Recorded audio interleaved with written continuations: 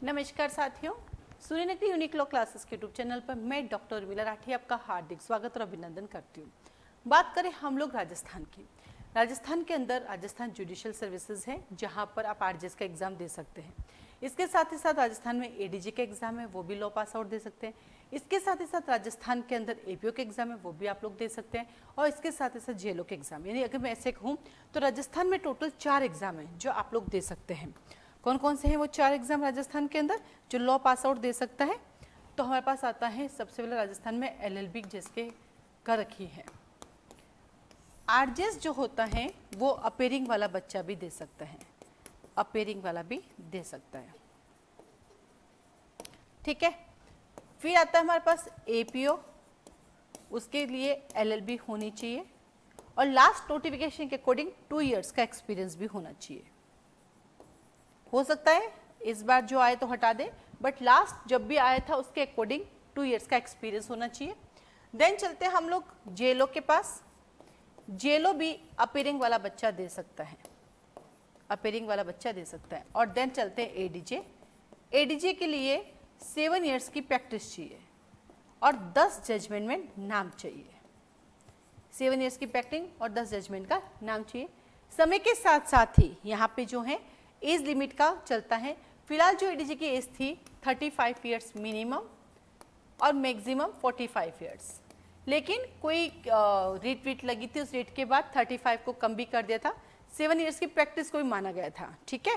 तो वो आपको नोटिफिकेशन चेक कर लेना। नंबर 1 यहाँ पे मिनिमम एज जो लास्ट टाइम जो नोटिफिकेशन था आरजेएस की वो मिनिमम 21 इयर्स थी और मैक्सिमम 40 इयर्स है। जनरल कैटेगरी की मैं बात करती हूँ, बाकी का आप नोटिफिकेशन देख लीजिएगा। लास्ट नोटिफिकेशन के अकॉर्डिंग हो सकता है कि अब वो नोटिफिकेशन नया आएगा, वो चेंज होगा, मुझे भी नहीं आइडिया, अब नया आने पर ही पता चलेगा। एपीओ में 2 साल का एक्सपीरियंस चाहिए, ऐसे एज का कुछ खास है पता नहीं। जेएलओ अपेयरिंग वाला भी दे सकते हैं, कोई एज लिमिट नहीं है। तो राजस्थान में आप जब भी एग्जाम देना है तो 4 एग्जाम आप दे सकते हैं, ठीक है। चले आगे चलते हैं। आइए आरजेएस के सिलेबस पे छोटा सा डिस्कशन। आरजेएस का सिलेबस बहुत छोटा सिलेबस है। हम जब भी लॉ की बात करते हैं 3 कैटेगरी में लॉ डिवाइड होता है, मेजर एक्ट, माइनर एक्ट और लोकल एक्ट। तो राजस्थान के अंदर मेजर एक्ट सिविल का है, राजस्थान के अंदर क्रिमिनल है, राजस्थान के अंदर हिंदी ग्रामर है राजस्थान में, और इंग्लिश ग्रामर है राजस्थान के अंदर। 4 आते हैं। जीके नहीं आता, जीएस नहीं आता राजस्थान में, और ना ही राजस्थान के अंदर जो है आपके कंप्यूटर आता, कुछ नहीं आता, सिंपल है। राजस्थान के अंदर जो कैटेगरीज है, मेन एग्जाम में ऐसे 4 पेपर होते हैं। सिविल का पेपर होता है, क्रिमिनल का पेपर होता है, हिंदी ऐसे होता है और इंग्लिश ऐसे होता है। मेन एग्जाम में 4 होते हैं। और प्री में भी लॉ आता है, सिवाय जजमेंट नहीं आता, मेन में आता है। लॉ आता है, सिवाय चार्ज फ्रेमिंग मेन में आता है। हिंदी और इंग्लिश ग्रामर आती है। ग्रामर मेन एग्जाम में क्या आता है? ऐसे। तो मेन एग्जाम में ऐसे आता है और प्री के अंदर ग्रामर आती है। अब आता है यहाँ सबसे अच्छे राजस्थान की बात क्या, लॉ जो है वो प्री और मेन में सेम टू सेम है, सिवाय judgement writing, order writing, charge framing के, बाकी लॉ कंप्लीट है। क्योंकि कई जगह देखते ना, जैसे यूपी के अंदर तो लॉ प्री में अलग है, मेन में अलग है, थोड़ा मिलता जुलता है, थोड़ा नहीं है। राजस्थान में इक्वल चलता है, ठीक है। अब इसमें सब्जेक्ट कौन सा? सीपीसी, कॉन्स्टिट्यूशन, सीपीसी है हमारे पास, कॉन्स्टिट्यूशन है हमारे पास। उसके बाद आता है हमारे पास contract, Indian evidence act, limitation, SRA, TP, interpretation ये अलग है थोड़ा सा, रेंट कंट्रोल ये माइनर एक्ट है, लोकल एक्ट है हमारा। तो बहुत इजी है, सिर्फ 2 ही अलग है, बाकी सारे आपके जान पहचान वाले। ठीक वैसे ही क्रिमिनल के अंदर सीआरपीसी, आईपीसी, एविडेंस ये 3 कॉमन है। अब कुछ डिफरेंट है मिलेंगे, JJ act, probation act, domestic violence act, indecent act, POCSO, work place. तो टोटल ये है। तो सारे छोटे छोटे एक्ट है, कोई ज़्यादा दिक्कत नहीं। पहले राजस्थान में 45 सब्जेक्ट हुआ करते थे जब हम बात करते हैं 2018 तक। तो कई बार आपको नेट पर पुराना सिलेबस दिख जाता है, आप कंफ्यूज हो जाते हैं। ये वीडियो बन रहा है आज के दिन, आज यानी आपके पास है 12 जून 2023। अब तक यही सिलेबस है 12 जून 2023। अब इसके बाद कोई नया नोटिफिकेशन आ जाए, नई चीज आ जाए, उसका मैं पहले नहीं बता सकती। अब तक जो है वो बता रही हूँ। मेन एग्जाम में जजमेंट राइटिंग, ऑर्डर राइटिंग आती, प्री में नहीं आती। तो pre plus main law same to same है। मेन एग्जाम में जजमेंट राइटिंग है, हिंदी ऐसे इंग्लिश ऐसे है। हिंदी ग्रामर प्री में आती है 15 नंबर के क्वेश्चन, और मेन में इंग्लिश ग्रामर आते हैं 15 नंबर के क्वेश्चन। पूरा का पूरा क्रिमिनल के आते हैं 35 नंबर के क्वेश्चन और ये 35 नंबर के क्वेश्चन। तो 35 सिविल, 35 क्रिमिनल, 15 टोटल 100 नंबर का प्री का आता है। अब क्या लगता है लोगों को, यू कर लेंगे, अब प्री निकालना बहुत आसान है, ऐसा नहीं है बेटा। आप कट ऑफ के पास पहुंच जाते हो, पर कट ऑफ के पार निकालने के लिए मेहनत करनी पड़ती है। कट ऑफ के पास तो हर कोई 1 नंबर से रह गई मैं, 2 नंबर से रह गई मैं, 4 नंबर से रह गई मैं, 6 नंबर से, किसी का भी हो सकता है। कट ऑफ के पार निकालना ही तो यहाँ पे क्या है, सबसे बड़ा आपका चैलेंज है, क्योंकि देखने में बहुत इजी लगता है, उतना इजी है नहीं। जब भी आप प्रिपरेशन करते बेटा, थोड़ा समय दे अपने आप को। राजस्थान हो या गुजरात, एमपी हो या महाराष्ट्र, छत्तीसगढ़ हो या फिर उड़ीसा, वेस्ट बंगाल हो या फिर झारखंड, उत्तराखंड हो या बिहार, यूपी हो या फिर आपका कोई भी दूसरा जुडिशरी, बैरेक तो पढ़ना ही पड़ेगा। कानून जिसे हम कहते हैं वो समाहित है बैरेक्ट में। जो बुक्स आप पढ़ते हैं वो है कमेंट्रीज। जुडिशरी का एग्जाम निकालने के लिए सबसे पहली शर्त है बैरेक्ट पढ़ना पड़ेगा। दूसरी शर्त है कि बैरेक्ट में अमेंडमेंट होते रहते हैं, तो आपको नए बैरेक्ट तो लाने पड़ेंगे, हर बार नए लाने पड़ेंगे, कुछ ना कुछ अमेंडमेंट होता है। तो प्रिपरेशन का पहला स्टेज ही आपका बैरेक्ट होता है, जिसको आपको पढ़ना पड़ेगा।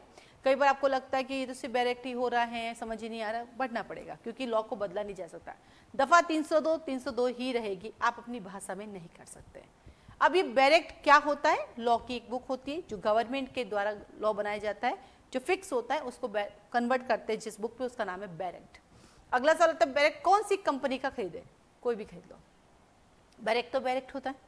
लॉ तो लॉ है, फिक्स है, किसी भी पब्लिशर का ले आइए, कानून किसी भी पब्लिशर में लाओगे फिक्स रहेगी। दफा 302 मर्डर है तो मर्डर है, वो चेंज नहीं होगी। आपके आसपास जो इजी वे में आपको मिल जाए वो आप ले लीजिए, ठीक है। अब आती क्या मुझे बुक पढ़नी चाहिए। अगर आपको जज बनना है तो बुक एग्जाम में काम नहीं आएगी, बट हाँ अगर आपको नॉलेज चाहिए जीवन में तो आपको बुक भी पढ़नी पड़ेगी। कौन सी बुक पढ़ोगे, टकवानी है, केलकर है, बटुकलाल है, अवतार सिंह है, ठीक है, यूपीडी केसरी है, पुरांजप्पे हैं, कोई भी पढ़ लीजिए, एसके कपूर हैं, कोई भी एक बुक रखिए, एक सब्जेक्ट में एक बुक रखिए, चाहे आप हिंदी मीडियम से हो चाहे आप इंग्लिश मीडियम से हो, आपको एक ही बुक रखनी है, बस वो आपके नॉलेज के लिए, बढ़ाने के लिए। बाकी पढ़ना, अगर जज बनना है तो सिर्फ कानून काम आएंगे, अच्छा वकील बनना है तो भी बैरेक्ट काम आएंगे, किसी भी फील्ड में जाना है बैरेक्ट काम आएंगे, इंस्टीट्यूट चलाना है बैरेक्ट टिप्स पे होना चाहिए, कॉलेज में पढ़ाने जाना है बैरेक्ट काम नहीं आएंगे। यदि आप कॉलेज का प्रोफेसर बनना है तो वहाँ केवल बैरेक्ट से कुछ नहीं होगा, वहाँ पर आपके पास एक बुक होनी जरूरी है। नेट एग्जाम देने जा रहे हो, बुक होना जरूरी है। नेट के एग्जाम में, कॉलेज के एग्जाम में, कॉलेज में पढ़ाना है, वहाँ पर बैरेक्ट सफिशिएंट नहीं है, वहाँ पे आपको बुक्स लानी पड़ेगी, ठीक है। चलिए आगे बढ़ते हैं। तो सूर्यनगरी यूनिक लॉ क्लासेस जो हैं आज से इंडिया के सारे स्टेट को लेकर एक नया इनोवेशन स्टार्ट कर रहा है, जिसमें सबसे पहले आरजेएस आया आपके सामने, ऐसे सारे स्टेट आएगा, हर स्टेट का हम आपको ओवरव्यूज देंगे, सारे सब्जेक्ट का भी ओवरव्यू देंगे, 1 बाय 1 हमारे वीडियोस आते रहेंगे, एक स्ट्रेटजी रहेगी आपको पढ़ने के लिए और डेली बेसिस आप इनको फॉलो करके अपनी स्ट्रेटजी को बना सकते हैं, ठीक है। तो इस तरह से सिलेबस था। आगे चलते हैं। आज का जो पहला वीडियो है इसका वो है जेजे एक्ट का। आज हम स्टार्ट करें जेजे से, तो कोशिश करेंगे लगभग जो भी 15 से 17 एक्ट है उन सब पे रोज का एक वीडियो आपके पास आए, मतलब वीक में एक वीडियो आएगा, एवरी मंडे आपको आरजेएस का एक वीडियो मिलेगा, ऐसे हर स्टेट का डे बाय डे आपको मिलते रहेंगे। तो ये स्टार्ट करते हैं जेजे एक्ट। तो जब भी आप जेजे एक्ट पढ़ने बैठते हैं इस वीडियो के साथ, आपके पास पहला होना चाहिए आपके पास अपना बैरेक्ट। जेजे एक्ट का बैरेक्ट आज हम बात करते हैं 12 जून की, तो नया खरीद लीजिए, क्योंकि 2021 में फिर से इसमें अमेंडमेंट हो गए, इसलिए आपको नया बैरेक्ट ले लेना चाहिए, ये मेरा सजेशन है, और 100% लेना चाहिए, क्योंकि हमें मानते हैं पुराना हमारा खास है, उसको भी अपने पास रखो, लेकिन अमेंडमेंट हो चुका है, और जब अमेंडमेंट हो चुका है बेटा तो अब आप रिस्क नहीं ले सकते, अब आपको नया लेना ही चाहिए, क्योंकि अमेंडमेंट हो जाए फिर आपको पता नहीं है, एग्जाम में क्वेश्चन आ जाए, है ना, तो आपको उसके लिए नया बैरेक्ट लेना पड़ेगा। उसके बाद हम चलते हैं आगे। तो सबसे पहले आप अपना बैरेक्ट निकालेंगे, बैरेक्ट निकालने के बाद हम पढ़ेंगे अपना जेजे एक्ट का। तो सबसे पहले आप क्या कीजिएगा, जेजे एक्ट का नाम लिखिएगा, जेजे एक्ट जो है 2015 का है, एक्ट नंबर 2 ऑफ 2016 है, इसके अंदर क्या कहा, एक्ट नंबर 2 ऑफ 2016 है, बिल्कुल वैसे ही जैसे कि सीआरपीसी है, सीआरपीसी का नाम 1973 है, लेकिन एक्ट नंबर 2 ऑफ 1974 है, तो ये बन गया था 2016 में 15 में, लेकिन इसका क्या बोलते हैं फोर्स की बात करें, सिग्नेचर की बात करें, तो ये इसका एक्ट नंबर जो दिया गया है वो दिया 2016 का 2 के अंदर दिया गया है। आते हैं इसके बाद टोटल चैप्टर्स के 10 हैं, टोटल सेक्शन इसके पास 112 है। इसका एक्सटेंड होल ऑफ इंडिया में है। पहले कहते हैं एक्सेप्ट जे एंड के, लेकिन अब इसका एक्सटेंड पूरे इंडिया में, जैसे कि बना 2015 में, तो एक्सटेंड तो बाद में हुआ, तो ये कब से आया 31 अक्टूबर 2019 से अब ये पूरे इंडिया में अप्लाई होता है। फिर आता है इसके पास इसका अमेंडमेंट होगा 2021 का, इसलिए नए बैरक आप खरीद लीजिएगा। देन आता है सिग्नेचर में 31 दिसंबर 2015 में, 31 दिसंबर 2015 में हो गए थे लास्ट डे, 2015 का लास्ट डे इस पे सिग्नेचर हुए, इसलिए फिर इसको कन्वर्ट कर दिया और एक्ट नंबर 2 ऑफ 2016 कर दिया। और इसका एनफोर्समेंट हुआ 15 जनवरी 2016 को। कब हुआ? 15 जनवरी 2016 का इसका एनफोर्समेंट हुआ। फिर आता है आपके पास, तो सबसे पहले आप कोई भी कानून पढ़ते हैं उसके सब बारे में पता होनी चाहिए। प्री में कुछ भी आ सकता है, एनफोर्समेंट डेट आ सकती है, सिग्नेचर डेट आ सकती है, पब्लिकेशन की डेट आ सकती है, कुछ भी पूछा जा सकता है। देन आता है आपके पास चैप्टर नंबर 1 कहता है मैं प्रीलिमिनरी हूँ, मैं प्रारंभिक हूँ। किसी भी कानून में जाओगे तो सबसे पहले अपना इंट्रोडक्शन देता है प्रीलिमिनरी प्रारंभिक के रूप में। सेक्शन नंबर 1, 2 का 2 प्रीलिमिनरी कहता है। चैप्टर नंबर 2 कहता है जनरल प्रिंसिपल। सेक्शन 3 जो है इसके अंदर आपके पास कुछ पॉइंट्स दे रखे हैं जो कि एग्जाम में पूछा गया है। आरजीएस के एग्जाम में भी पूछा था कि बताइए सेक्शन नंबर 3 के अंदर कितने पॉइंट है, अब बताओ कितना इजी क्वेश्चन था, कितने पॉइंट है? 16 पॉइंट है। तो ये आपको पता होने चाहिए। कभी कभी ऐसे क्वेश्चंस भी आ जाते हैं, माइनर होते हैं, कुछ भी आ सकते हैं। तो इसके अंदर 16 पॉइंट है। ये प्री एग्जाम 2021 का था। तो चैप्टर 1 कहता है कि मैं प्रीलिमिनरी हूँ, 2 कहता है मैं जनरल प्रिंसिपल्स हूँ। जनरल प्रिंसिपल से क्वेश्चंस आते रहते हैं, क्योंकि जनरल प्रिंसिपल से बहुत अच्छी बात बताता है कि भैया माइनर ऑलवेज इनोसेंट होता है। जो बच्चा होता है वो हमेशा क्या होता है? इनोसेंट होता है। तो यहाँ पर इस 16 पॉइंट से प्री का क्वेश्चन भी आता है, मेन का भी आता है। तो चैप्टर 1 कहता है मैं प्रीलिमिनरी हूँ, 1, 2 का 2। चैप्टर 2 कहता है जनरल प्रिंसिपल्स हूँ, सेक्शन 3 खत्म। तो यानी दो को एक साथ आपको पढ़ना है, ये 2 का बंच खत्म हो जाता है। देन आता है जेजेबी यानी जुवेनाइल जस्टिस बोर्ड। और जेजेबी आके क्या करेगा? प्रोसीजर। तो आता है प्रोसीजर विथ चिल्ड्रन। कौन सा चिल्ड्रन? अब देखिए जब भी जेजे पढ़ते बेटा हमारे पास 2 तरह के बच्चे होते हैं। एक बच्चा होता है जिसको केयर एंड प्रोटेक्शन की जरूरत होती है, और एक बच्चा होता है जो कि ऑफेंस करता है। तो जो केयर एंड प्रोटेक्शन का बच्चा होता है वो चाइल्ड है, उसको हम बोलते हैं जुवेनाइल, ठीक है। और जो जिसका ऑफेंस है उसको बोलते हैं कॉन्फ्लिक्ट विथ लॉ वाला बच्चा। हम उसको अक्यूज नहीं बोलते, वो बच्चा है ना, बच्चे को अक्यूज नहीं बोलते, तो उसको क्या बोलते हैं? कॉन्फ्लिक्ट विथ लॉ वाला बच्चा उसको बोला जाता है, ठीक है। उसके बाद आता है आपके पास, तो नंबर 2 में आता है जेजेबी, और जेजेबी के बाद हमारे पास क्या आता है? प्रोसीजर आता है। तो इन दोनों को भी हमें साथ में पढ़ना पड़ता है। तो जेजेबी और उसके प्रोसीजर को भी साथ में पढ़ते हैं। तो इस तरह से हमने क्या किया, इसके 2 के चैप्टर्स बना लिए। तो पहले हम प्रीलिमिनरी जनरल प्रिंसिपल्स आ गया, तो सेकंड के अंदर जेजेबी आ गया और उसका प्रोसीजर आ गया। 4 to 9 और 10 to 26। तो पहला प्रीलिमिनरी एंड जनरल प्रिंसिपल्स, दूसरा था जेजेबी और उसका प्रोसीजर। देन आता आपके पास 5 और 6 साथ में पढ़ेंगे। मैंने क्या लिखा? CWC, child welfare committee. क्या लिखा? CWC, shortcut child welfare committee. Exam में भी आप CWC लिख सकते हो, कोई मना नहीं है। 27 से 30, और अब CWC क्या करेगी? वो भी अपना प्रोसीजर फॉलो करेगी 31 से लेकर 38 तक। तो इनको भी हमें क्या करना पड़ता है? इसका भी जोड़ा है, हमें इनको भी साथ में पढ़ना पड़ता है। तो क्या कहता है? प्रीलिमिनरी है, फिर जनरल प्रिंसिपल है, फिर जेजेबी आता है, अपना प्रोसीजर आता है, फिर CWC आती है, अपना प्रोसीजर आती है। ये क्या कहती है? ये काम करती है बच्चों की रिहेबिलिटेशन का और बच्चों की री इंट्रीगेशन का। तो आइए chapter number 7 rehabilitation and re integration 39 से 55 तक। कहां से कहां तक? 39 से 55 तक। अब रिहेबिलिटेशन करने के लिए क्या करना पड़ेगा? समाज भी जोड़ना पड़ेगा। समाज भी जोड़ने के लिए क्या करना पड़ेगा? अडॉप्शन। तो आ गया अपने पास अडॉप्शन। कहां से कहां तक? 56 से 73। तो देखो 2 के जोड़े चल रहे हैं, अभी भी देख लो आप। पहले में प्रीलिमिनरी आता है, प्रिंसिपल्स लाता है, ठीक है। सेकंड के अंदर क्या आता है? जेजेबी आता है, अपना प्रोसीजर आता है। थर्ड में CWC आता है, अपना प्रोसीजर आता है। फोर्थ के अंदर रिहेबिलिटेशन करने के लिए अडॉप्शन करना पड़ता है। और अडॉप्शन की जो सबसे अच्छी क्वालिटी पता वो क्या है? जब आप हिंदू लॉ में अडॉप्शन करते हैं तो दोनों हिंदू होना चाहिए, तीनों, देने वाला, लेने वाला और जिसको दे रहे, वो सब के सब हिंदू होना चाहिए। जे एक्ट के अंदर क्या खासियत है? कोई भी किसी को भी किसी भी जाति किसी भी धर्म का हो यहाँ पे अडॉप्शन कर सकता है। तो ओनली हिंदू के लिए हिंदू लॉ चले और बाकी सब के लिए यहाँ पर आ सकते हैं, ठीक है। और देन ये तो थी इतनी देर बच्चे ने ऑफेंस किया या बच्चे को केयर प्रोटेक्शन जरूरत है। अब एक बड़ा बच्चे के विरुद्ध अपराध करता है तो चैप्टर 9 कहता ऑफेंस अगेंस्ट चिल्ड्रन। अब यहाँ क्या इतनी देर तो बच्चे ने बच्चे के अगेंस्ट, बच्चे ने ऑफेंस किया, बच्चे ने ऑफेंस किया, बच्चे को क्या की जरूरत है? इस बार चैप्टर 9 कहते हैं बच्चे के अगेंस्ट ऑफेंस हुआ। तो आप तो कहेंगे मैडम बच्चे के अगेंस्ट ऑफेंस की बात करते हैं तो अपने पास आईपीसी है। बिल्कुल आईपीसी है, लेकिन यदि आप बच्चे के अगेंस्ट ऑफेंस करते हैं तो आईपीसी और जेजेक दोनों आपके अगेंस्ट लगते हैं, दोनों ही आपके अगेंस्ट लग सकते हैं और इन दोनों में से जिसमें ज्यादा सजा होगी वो आपको मिल जाएगी, ठीक है। तो ये है 74 से 89। और जब बच्चे के अगेंस्ट ऑफेंस करते तो सब कुछ खत्म, दैट इज मिसलेनियस 90 से लगा के 112। तो बहुत छोटा है, कानून बहुत सुंदर तरीके से ड्राफ्ट किए गए हैं। जब आप कानून को उनके अर्थ को समझते हुए पढ़ते हैं तो बहुत ईजी है। देखो सिर्फ चैप्टराइजेशन से आपको पता चला कि छोटा सा चैप्टर है, लेकिन पता नहीं जब भी आप जे पढ़ते हो तो आपको बहुत अजीब सा लगता है, लंबा चौड़ा है वो, तो क्योंकि देखो पढ़ने का एक वे होता है, पढ़ने का एक टेक्निक होता है, बैरेक पढ़ने की भी एक टेक्निक होती है, हर चीज को पढ़ना पड़ता है, लेकिन स्मार्ट स्टडी भी करनी पड़ती है। तो वो थोड़ा सा समझ के जिस दिन आप पढ़ेंगे उस दिन आपको समझ में आ जाएगा कैसे पढ़ना है। तो जे की कोई आपकी कमेंट्रीज भी नहीं आती, कोई बुक भी नहीं आती है, और बुक लेके भी आओगे तो भी एग्जाम पॉइंट से काम की नहीं है, तो जे के लिए तो आपको डायरेक्ट ही लाना पड़ता है। तो इस तरह से जब भी आप अपना सब्जेक्ट उठाए, तो जैसे आज अपने सब्जेक्ट उठाया अपना जे सबसे पहले आपने उसका चैप्टराइजेशन कर लिया, और देन आपको अब क्या करना है, आपको अपने पूरे जे को अच्छे से पढ़ना है, क्योंकि प्रीलिमिनरी एग्जाम में कोई भी सेक्शन से कहीं से भी क्वेश्चन आ सकता है। मेन एग्जाम में सेलेक्टेड हो सकता है, लेकिन प्रीलिमिनरी का कोई सिलेक्शन नहीं होता है।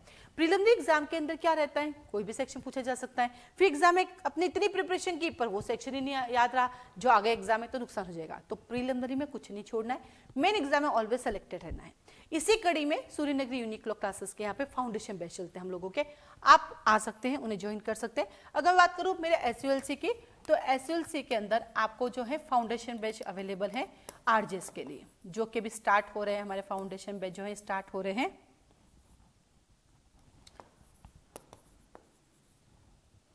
एक मिनट, हाँ, SULC के अंदर जो है हम लोगों के फाउंडेशन बैच स्टार्ट हो रहे हैं, और वो फाउंडेशन बैच स्टार्ट हो रहे हैं हमारे 15 जून से।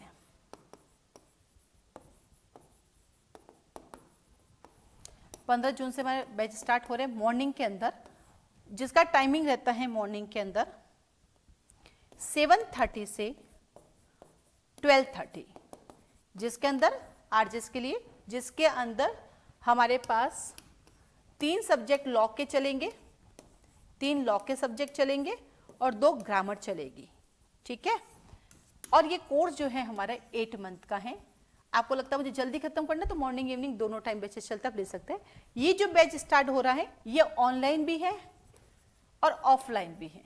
आप जोधपुर राजस्थान आके भी इसको ज्वाइन कर सकते हैं, और आप घर बैठ के जूम ऐप पर भी हमसे पढ़ सकते हैं। हमारे लाइव क्लासेस चलती हैं, रिकॉर्डिंग अवेलेबल नहीं है, हम रिकॉर्डिंग नहीं करते, ना रिकॉर्डिंग देते हैं, और ना अलग से नोट्स अवेलेबल है। जो बच्चा हमारे साथ यहाँ पढ़ता है वो खुद ही नोट्स बनाता है, हम डे बाय डे उनको पढ़ाते हैं और वो खुद से नोट्स बनाते हैं, और आप किसी दिन छुट्टी हो जाती है तो उस दिन के नोट्स आपको प्रोवाइड करा सकते हैं। बाकी रेगुलर क्लासेस चलती है, और जैसे इसका टाइम आप देख रहे हो 7:30 से लगा के जो 12:30 स्कूल जैसा स्कूल चलता है, 0 से Z तक पढ़ाते हैं, प्री मेन इंटरव्यू सारा कंप्लीट करके करते हैं। हम ये मान के चलते हैं कि जो बच्चा आ रहा है उसको कुछ नहीं आ रहा है, तो हम बैरेक भी पढ़ाते हैं, कंसेप्ट भी बताते हैं, प्री के क्वेश्चंस कैसे बनते हैं वो भी चर्चा होती है, मेन के कैसे बनते हैं वो भी चर्चा होती है। अभी हमने नया शुरू कर दिया, आज जो पढ़ा आज के क्वेश्चन आज ही दे देते हैं। मंडे टू फ्राइडे पढ़ते हैं, सैटरडे उसका टेस्ट होता है, उसमें भी प्री ऑब्जेक्टिव आते हैं और मेन के भी आते हैं। इसके साथ ही साथ आज जो पढ़ा है उसका आज का आज ही हम दे देते हैं, ताकि बच्चे की प्रैक्टिस होती रहे। इसके अलावा छोटे छोटे इनोवेशंस चलते रहते हैं क्लास में, टेस्ट पेपर चलता रहता है, हमको देते हैं, टेस्ट सीरीज भी हमारे यहाँ चलती हैं। केवल प्री की मॉक टेस्ट सीरीज भी अवेलेबल है, मेन की टेस्ट सीरीज भी अवेलेबल है, प्री प्लस मेन की अवेलेबल है। जैसे कि यहाँ पे टेस्ट पेपर के लिए आप जब मेन एग्जाम की टेस्ट सीरीज लेते हैं हमसे, तो वहाँ पे आपका रहता है कि हम जो टेस्ट सीरीज हम ले रहे हैं उसको लिखकर वापस कैसे भेजेंगे। तो मैं आपको बताती हूँ कि आप अपना टेस्ट सीरीज जो है हमें वापस लिखकर भी भेज सकते हैं। ऐसे PDF बना के भेजेंगे आप हमें टेस्ट सीरीज। ये देखो, जैसे आपको ये पेपर मिला, आपने इस पेपर को लिया, थोड़ा सा इसको झूम कर दिख रहा है ना, तो आपने देखो इसको लिखा बढ़िया सा, लिख के और PDF बना के हमारे पास भेज दिया। फिर यहाँ से चेक होता है, और चेक होके हम आपको रिवर्ट करते हैं। लिखने का वे भी सिखाते हैं कि आपको कैसे लिखना चाहिए, 3 मार्क्स का है। अब जैसे इन्होंने इस क्वेश्चन का आंसर नहीं लिख पाए, तो ये हमारे मेन टेस्ट सीरीज की जो मेन एग्जाम की क्लासेस चलती है, उस दौरान हमने टेस्ट पेपर दिया, तो उस दिन क्लास में फिर चर्चा की कि मैम मुझे ये नहीं लिखना आया था, मुझे कैसे बताइए। तो हमने उनको बताया कि बेटा इसका आंसर क्या होगा, आपको उसमें कैसे लिखना है, ठीक है। तो जहाँ नहीं समझ में आ रहा है वो पूछ लिया आपने कि कैसे उसको प्रेजेंट करना है, जहाँ समझ में आ गया आपने उसका आंसर लिख दिया। कई बार इसमें पेज कम होते हैं, आप दूसरा पेज भी उसमें ऐड कर सकते हैं, ऐड करके आप वो भी लिख के भेज सकते हैं। कब आपको आंसर पॉइंट में लिखना है, कब आपको आंसर डायरेक्ट लिखना है, कब कब उसके साथ सेक्शंस लिखने हैं। ये सब फाउंडेशन बैच जब हमारा चलता है तो उसमें हम डे बाय डे ये सब चलता रहता है कि इसके साथ ये सेक्शन लिखना है, क्या सीआरपीसी के पास एविडेंस को ऐड करना है कि नहीं करना है, क्योंकि कई बार आपको एक्स्ट्रा ऐड करना भी आपके लिए हानिकारक हो जाता है। तो ये फाउंडेशन बैच में चलता रहता है। तो आप खुद सेल्फ स्टडी भी कर सकते हैं, कोई मना नहीं है। बहुत सारे बच्चे सेल्फ स्टडी से भी सिलेक्शन लेते हैं। आप कोचिंग ज्वाइन करके भी कर सकते हैं, यूट्यूब के जरिए में उससे पढ़ के भी कर सकते हैं, आप किसी भी वे में सीख सकते हैं। तो आप हमारे यहाँ क्लासेस भी हैं, टेस्ट सीरीज भी हैं, फाउंडेशन बैचेस भी चलते हैं, आप उन्हें ज्वाइन कर सकते हैं। और भी क्लास से रिलेटेड आपकी कोई भी क्वारी है आप मुझे कॉल मैसेज कर सकते हैं। और जो भी एग्जाम के फॉर्म्स हैं, उसके नोटिफिकेशंस हैं, उनकी एज क्या लिमिट है, वो एक बार वहाँ से वेरीफाई करें। क्योंकि देखो होता कि मैं जनरल कैटेगरी से हूँ तो मैं हमेशा जनरल कैटेगरी के बारे में बता पाती हूँ, ओबीसी, एससी, एसटी का, वो फिर वो बेटर है कि आप उसको नोटिफिकेशन को चेक करें, तो वहाँ पर अच्छे से आप देख पाएंगे। बाकी क्लासेस के लिए आप मुझे जो भी आपकी क्वारी है आप मुझे कॉल मैसेज कर सकते हैं। आज के लिए धन्यवाद।